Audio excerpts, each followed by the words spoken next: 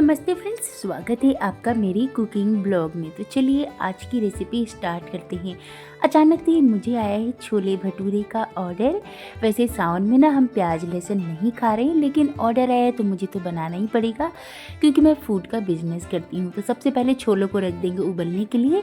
छोलों को मैंने रात भर भिगो करके रख दिया था क्योंकि शाम को ही मुझे पता चल गया था कि कल मुझे छोले भटूरे बनाने हैं, इसलिए मैंने रात में ही छोलों को भिगो दिया था।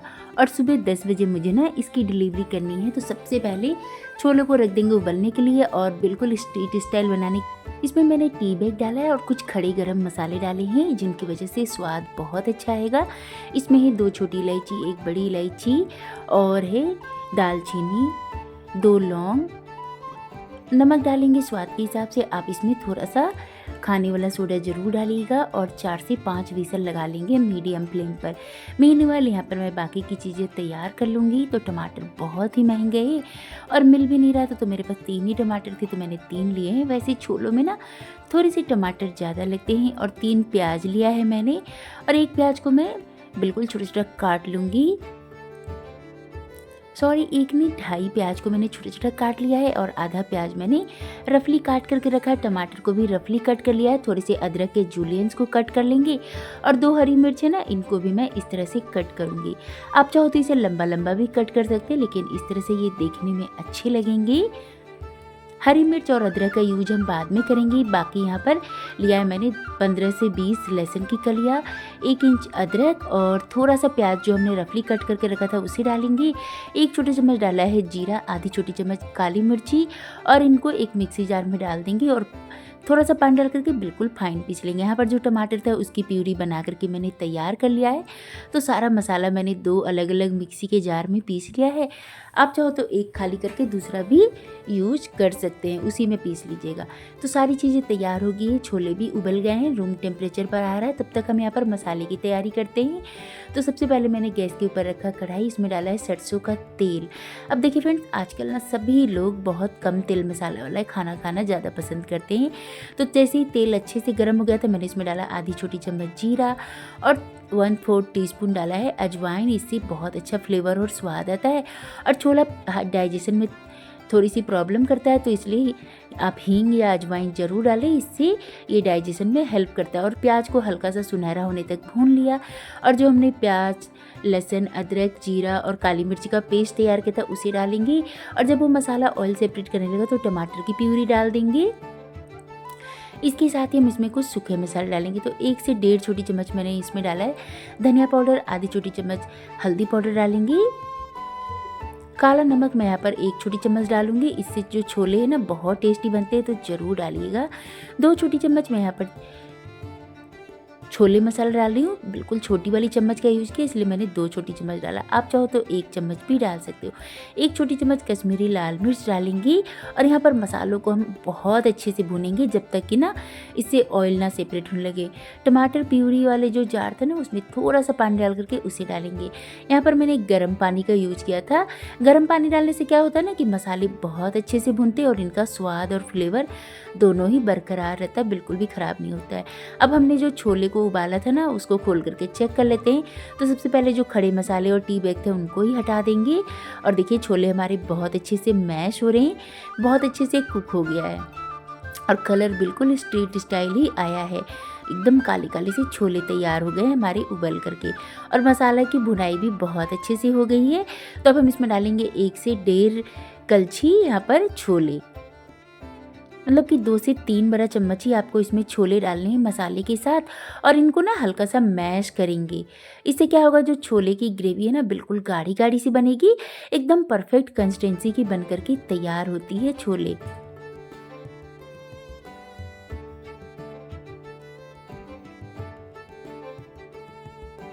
हमने तेल बहुत कम डाला है ना, इस वजह से आपको कहीं भी तेल दिख नहीं रहा होगा।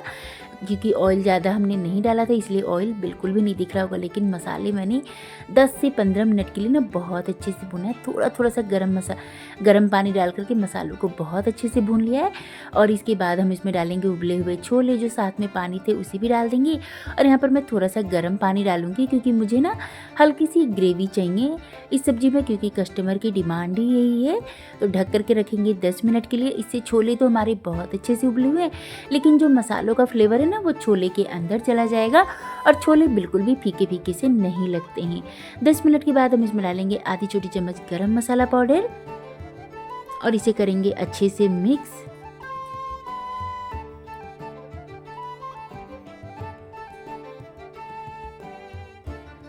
एक बार यहाँ पर मैं छोलों को चेक कर लूँगी कि नमक वगैरह सब कुछ ठीक है कि नहीं। तो ढक करके रख देते हैं। बाकी की चीज़ें हम पहले टेस्ट कर लेंगे, इसके बाद अगर कुछ भी कम होगा तो मैं यहाँ पर इसमें ऐड कर दूँगी। एकदम परफेक्ट छोले बन करके तैयार हो गए हैं।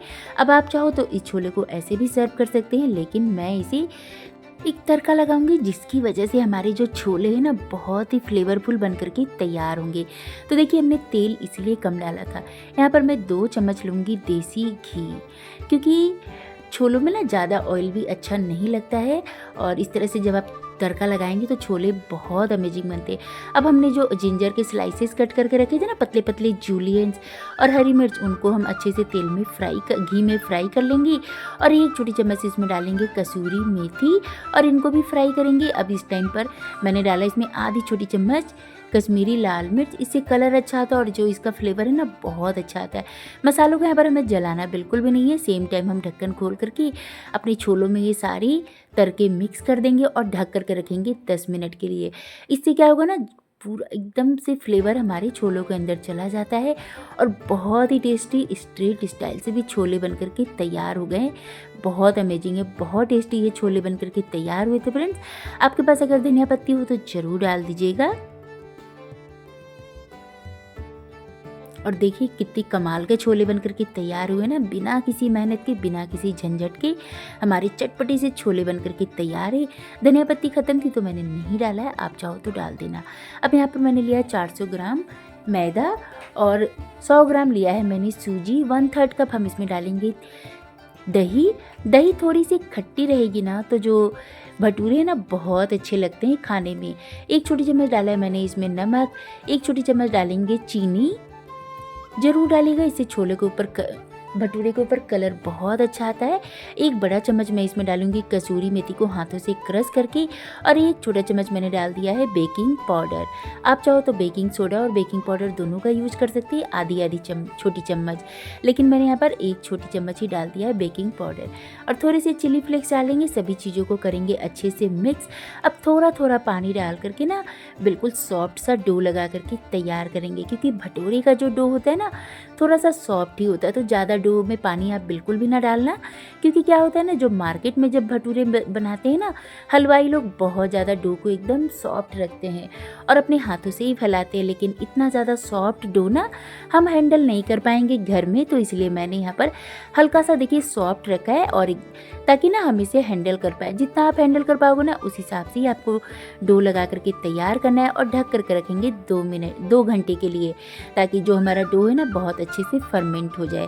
और ये देखिए डो कितने अच्छे से फूल गया है। एक बार करेंगे इसे मिक्स 2 घंटे के बाद, और डो हमारा देखिए बिल्कुल भी चिपचिपा सा नहीं है, एकदम परफेक्ट लग करके तैयार हुआ है। इतना मैं अपने घर में हैंडल कर लेती हूँ, तो मैंने हल्का सा सॉफ्ट रखा है। आप चाहो तो इससे भी हल्की सी टाइट डो रख सकते हैं, और इस तरह से ना पेड़े बना करके तैयार कर लेंगे। तो देखिए इस तरह से आपको पेड़े बनाने हैं और गोल गोल कर देना है।